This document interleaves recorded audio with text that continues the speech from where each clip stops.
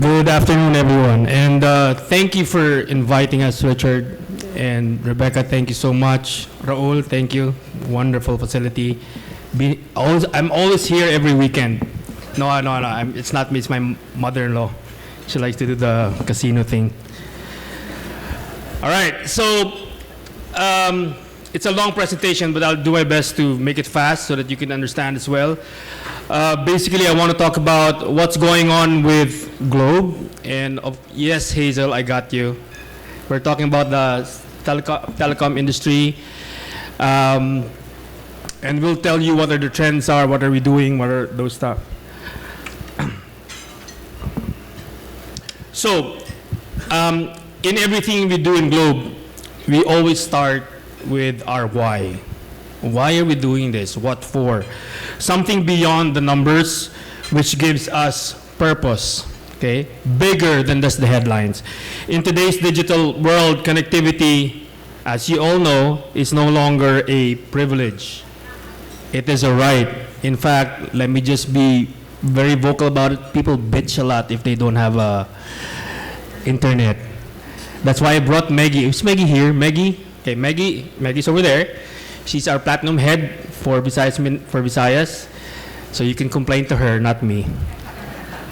Sorry. Our initiatives are not just about connecting devices. They're about connecting families, enabling businesses to flourish, and empowering the entire nation. A vibrant and prosperous nation is built upon foundation of healthy and educated human capital, which I will talk to you a little later.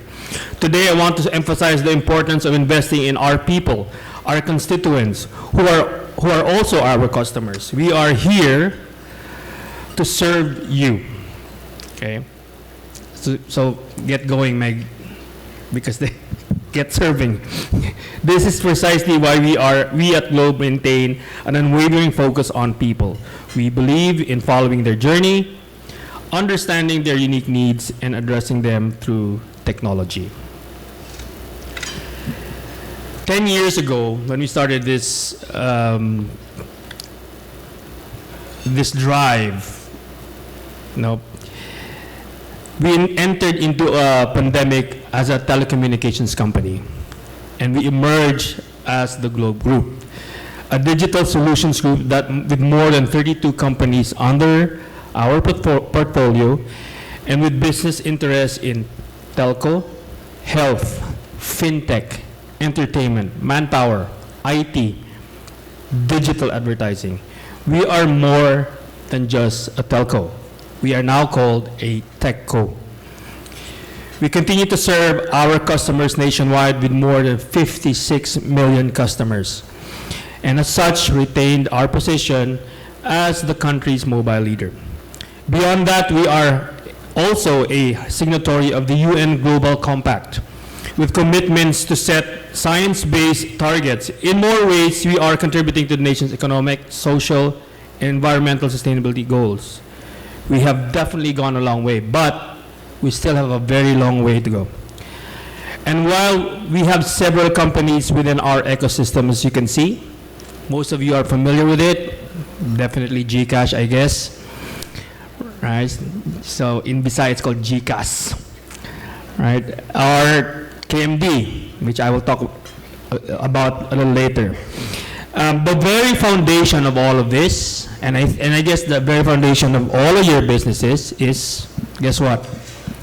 The internet, right? So that's what we need to focus on. Let me just give you a glimpse of how we look like in the Philippines. Okay, and this is taken from data reportal. Okay, there are 118 million Filipinos. 73% of that are using the internet for whatever purpose they may use. 73% also are social media users. This gives you an idea how internet takaw Filipinos are. And the demand for more speed and data GB will only grow and grow. Have you noticed that? Who are on TikTok? Come on, don't be shy. Who are dancing in the hallways of the hotel? No? No? All right. I'll still find out because I can look at your account. No. Now, so basically there's a whole bunch of people using the internet. That's about 90% that are having phones. 90% of the total population. Some even have 2 phones. Am I right? Right. So that's not going to go down. In fact, I remember the days when we were selling 1 MB of speed. That cost about 5,000, like 20 years ago. Oops, I just told my age. Okay. 20 years ago, 1 MB was about 5,000 pesos. Now, you give them 100 and they'll tell you it's too slow. No, it's not. Right? Okay. So, in the country, what do we need? Cell sites. Right? The Philippines has over 30,000 cell sites. Actually, no, below 30,000. Right? You divide that by 118 million, that's about 3,900 people sharing one cell site. So you now know the reason why some parts of the country are slow. Right? Let me give you an example. Our neighbors in Vietnam, same number of population, but they have over 90,000 cell sites. If you divide that, that's about 700 people using per cell site. So it's just like a highway. So what's the goal? The goal of the telcos, at the same time the government, is to put up 60,000 cell sites above the 30,000 that we have and what Hazel has and what Dito has, to add to the 60,000 and then just keep on adding and adding. Okay? So that is the deal. Clear so far? Questions? Okay.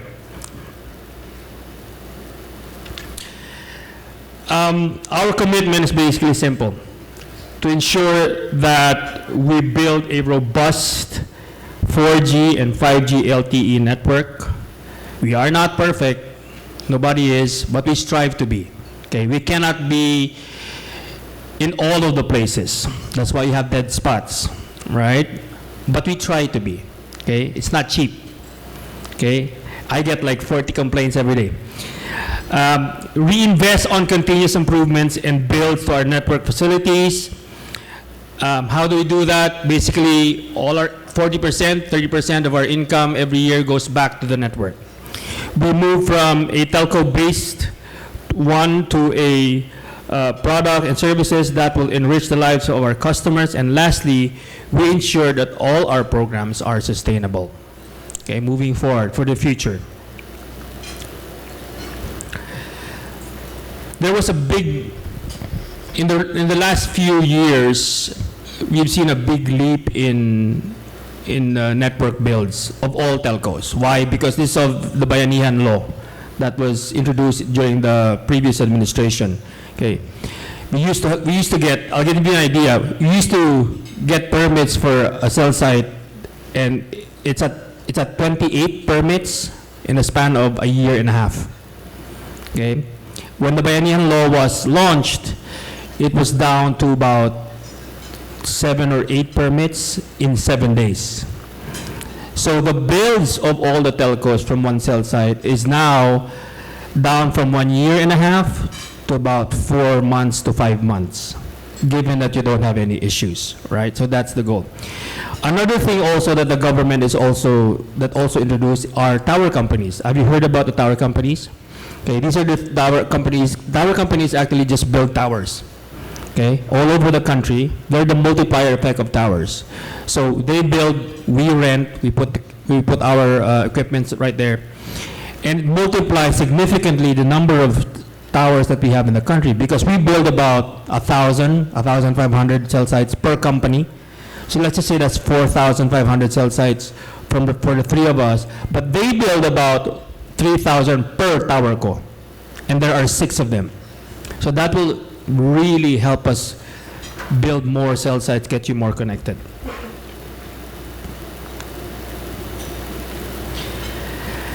But despite all of this, we still need help. These are the help that we need. Number one is to institutionalize the telco provision requirements. meaning we need to update the building code. When people build buildings, the consideration is always water, electricity, and rightly so. But now I think it's very important that provisions for telco are considered. Who among you here have purchased condos or LC promoto? Purchase from them. Okay. Discount. What is the first thing that people ask? RLC. What do they ask? May internet ba kayo dyan? Is it fiber? RT pa, no? Hindi pa. Do you have fiber? That's the first thing that they ask. Even in restaurants, what is the first thing you do when you go to a restaurant? You don't ask for the menu, do you? No, you don't. You ask for the password for the Wi-Fi. Am I correct? And we'll teach you Wi-Fi calling later. Right? I taught some of these. Okay? So that's what you need to update the building code. Number 2, LGU ordinances based on telco provisions. Okay, same thing but only LGUs. All right? So we need that to happen. Here's a tricky subject. Zero lease. And you will see in the yellow side why we need zero lease. Right? The capital expenditure for telco is quite big. And it's not one time. It's always repeating. Why? Because the customers always want more data. So you need to add more cell sites, more equipment. It's not cheap, right? Unlike water or electricity, you set it up one time, that's it, right?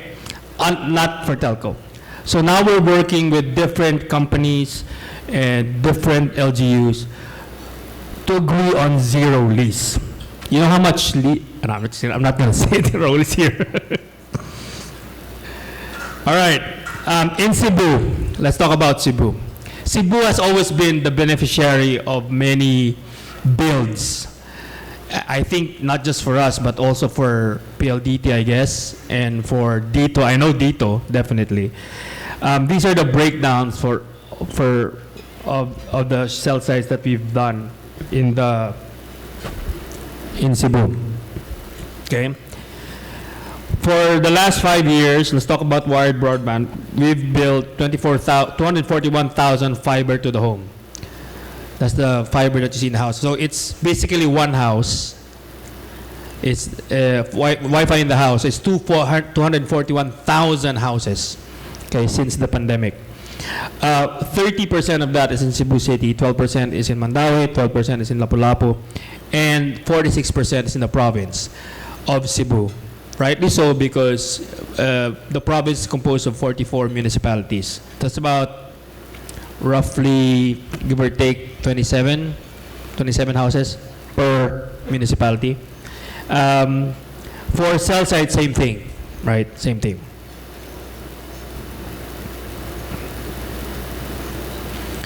And how do we engage that? How do we do it? We have a framework we follow and guiding principle. We understand that digital transformation initiatives must prioritize inclusivity. Let me repeat that. We understand that digital transformation initiatives must prioritize inclusivity. In our efforts to connect people, we'll establish program pillars that serve as guiding principles for all the LGUs, enabling them to efficiently develop initiatives tailored for their communities. This approach facilitates improved delivery of public services, ultimately fostering a more resilient, sustainable, and progressive citizenry. Our program pillars are aligned with the 5 pillars of the CMCI, or the Cities and Municipalities Competitive Index. And it's a very good tool.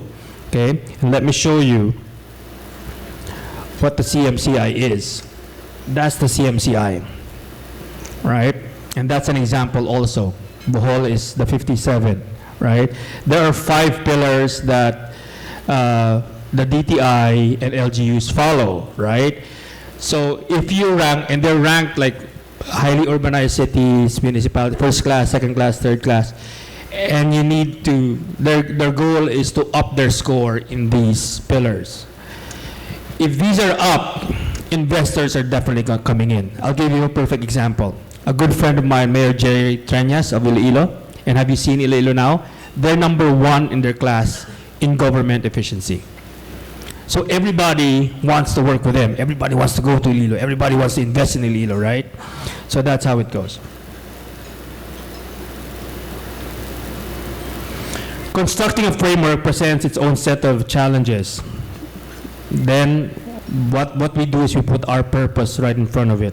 Together, we will strive to realize our vision, ensuring that every constituent has access to appropriate technology that aligns with your digital transformation roadmap.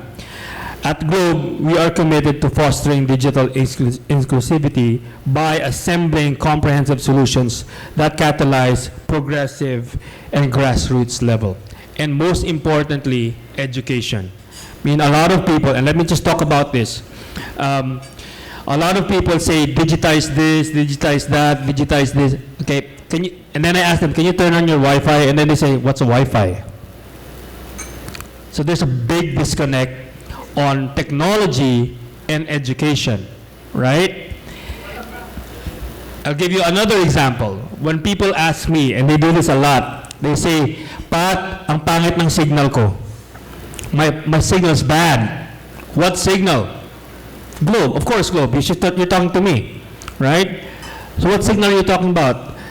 We have two kinds of sources of signal. Your Wi-Fi and your cellular. Which one? Which one? Look at your phone. The one that goes like a staircase is cellular. It comes from the cell site.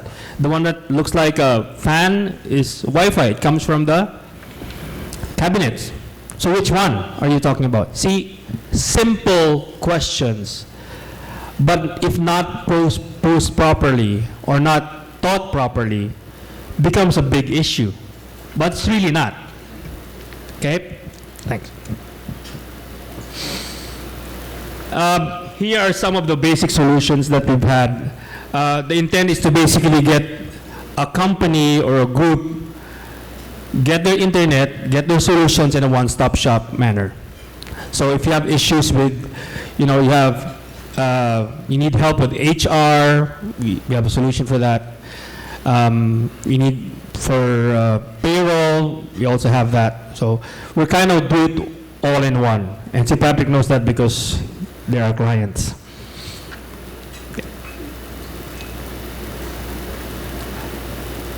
GCash, let's talk about that. One of the more popular companies that we've had. The GCash solution, since it was launched, GCash has grown to be the #1 finance app in the country and has enabled over 33 million registered users to buy, load, pay bills, and save at the comforts of their home. For LGUs, GCash has become a means to disburse aid and other necessary assistance to their constituents. Did you know that GCash is now in 16 countries abroad? Anyone been to Japan? To Cologne, Cebu, Cologne, Cebu. Cologne, no? Germany? Okay. Korea. If you go to these countries, okay, in your app, you will see there, scan me, right? There's a scan. You'll see there at the bottom part, GCash plus Alipay. Okay, you can use that and pay your bills with that. So I recently went to Japan, tested it, and the exchanges were great because it was direct. So you go to 7-Eleven, you show your QR, or you swipe your card, or you tap your card, and it goes directly. 2 days ago, we already launched in the US. So what does it do? Now all the numbers, international numbers of these countries can now access GCash, okay, without need for a local number. It's pretty good. Consulta MD. This is something that we're working on. I understand it's very difficult for us to go to hospitals because it takes about 2 hours, 3 hours to sit there and then wait. Okay, not anymore. Okay, so we're trying. Consulta is basically one of the programs that we're doing where you can just subscribe to it. I think it's $5.99 for a year. Then you get to call the doctor, okay, and face to face or online or voice, and then like you can do your consultations as well, right? At the same time, provide you with prescriptions. Okay? It now all has a feature where you consult with a doctor, you also get your prescription, and then you get to have your medicines delivered to you. Okay, so that's what we're working on as well.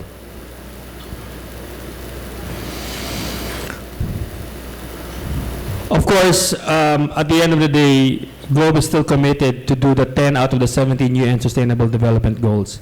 Our sustainable practices as a company is integrated in how we conduct our programs and deliver our service to our customers, particularly UN SDG number 9, which highlights the roles of infrastructure and innovation as crucial drivers for economic growth and development. And the UN SDG 17, which highlights the value of partnerships to achieving sustainable development goals. One of that program is called Hapag Movement, and I invite all of you because it's pretty good.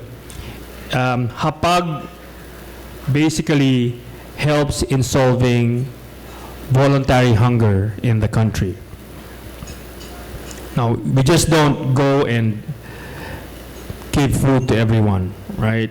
Again, sustainability. Let me just give you the numbers. Our 2-year impact is we have received about 27 million in donations and pledges at about 13 million. We have fed 95,000 Filipinos, provide livelihood and training programs for about 2,700 people, and started and continued their business that we help is about 2,300. So again, it's about sustaining, making sure that we just don't give them the fish, but we teach them how to fish. And lastly, we're talking about DTP, or Data Thumbprint Program. It's our initiative to actually help educate the people, the students, the teachers, okay, about what is technology. It's not rocket science. No, it's not. People just refuse to try to learn it. Okay? The program now has invested with 115,000 teachers, 1.9 million students with access to the program, 4,000 schools that we have reached, and 200 plus DTP ambassadors in the different areas in the country. What does it do? It teaches everyone, from teachers to parents, to students, to friends, how to operate, how to become responsible social media users. Because you see social media, right? It's either they love you or they hate you, mostly 80% hate.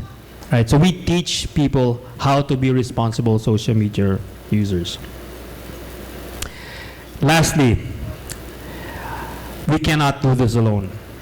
We need your help, we need everyone's help to provide a safe learning environment, better customer experience, and help leapfrog this into the new digital economy. Please do ask questions later during the program later. We do want difficult questions so that we can answer them right away. So thank you so much for your time.